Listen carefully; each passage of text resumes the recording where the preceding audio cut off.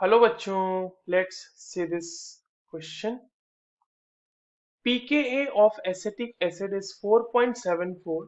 The concentration of CH3COONA is 0.01 molar. The pH of CH3COONA is. देखिए, question बहुत ही straight forward सा आपसे पूछा गया है और बहुत ही आसान क्वेश्चन है. सबसे पहले तो ये देख लेते हैं कि इस क्वेश्चन को सॉल्व करने के लिए हमें कौन से की कॉन्सेप्ट की जरूरत होगी. अब देखिए, ये जो सवाल हमसे पूछा गया है ना बच्चों, ये पूछा गया है पीएच कैलकुलेशन से, यानी पीएच कैलकुलेशन पता होना चाहिए हमें.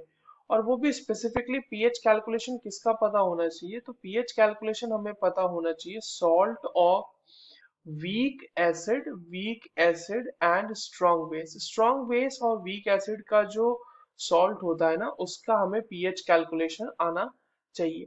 अब वीक एसिड स्ट्रॉन्ग बेस क्यों, तो क्योंकि अगर हम देखें CH3COONA, तो ये एक सॉल्ट है किसका बच्चों, ये एक वीक एसिड का सॉल्ट है जो कि होगा CH3COOH यानी कि एसिटिक एसिड.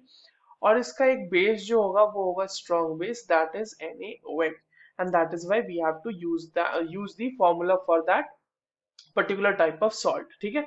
अब देखिए, हमारे पास जो अगर हम सॉल्यूशन बनाएंगे, ये जो हमारे पास सोडियम एसिटेट मौजूद है COONA, इसको जब आप पानी में डिसॉल्व करेंगे तो ये पानी में डिसॉल्व होने के बाद क्या बनाएगा बच्चों, ये बनाएगा आपके लिए CH3COOH और प्लस NaOH. और इन्हीं दोनों की वजह से जो है हमारे पास पीएच की वैल्यू आने वाली है.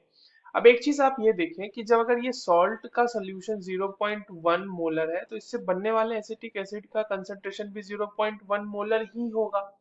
नाउ अगर जब हमारे पास ऐसा कोई सॉल्ट है ना जो एक वीक एसिड और स्ट्रॉन्ग बेस का सॉल्ट है, तो उसके लिए पीएच का जो फॉर्मूला होता है वो होता है 7 + 1/2 pKa वैल्यू, जो हमारे पास वीक एसिड है या उसका, ठीक है, उसका pKa वैल्यू, और हाफ लॉग C, यानी जितना कंसंट्रेशन होगा सॉल्ट का जिससे हमें एसिड मिलने वाला है. अब देखिए, यहाँ पे आपके पास pKa की वैल्यू भी दी हुई है क्वेश्चन में, और log C तो हम निकाल ही सकते हैं आराम से. तो यहाँ पे क्या हो जाएगा, ये 7 + 1/2 इंटू 4.74 जो pKa की वैल्यू दी हुई है, और प्लस हाफ इंटू लॉग 0.01. जब आप इसको सॉल्व करेंगे बच्चों, तो सॉल्व करने के बाद आपके पास जो फाइनल रिजल्ट आएगा वो क्या आने वाला है, वो आने वाला है 7. इसको मैं पीएच के लिए लिख देता हूँ. पीएच इज इक्वल्स टू आएगा ये 7 + 2.37 -1, that will be giving you the value of 8.37. तो हमारे पास जो ये सोल्यूशन बनेगा ना, उसका जो पीएच होगा वो होगा 8.37. and that is the correct answer for this given question. I hope you understood this well. All the very best.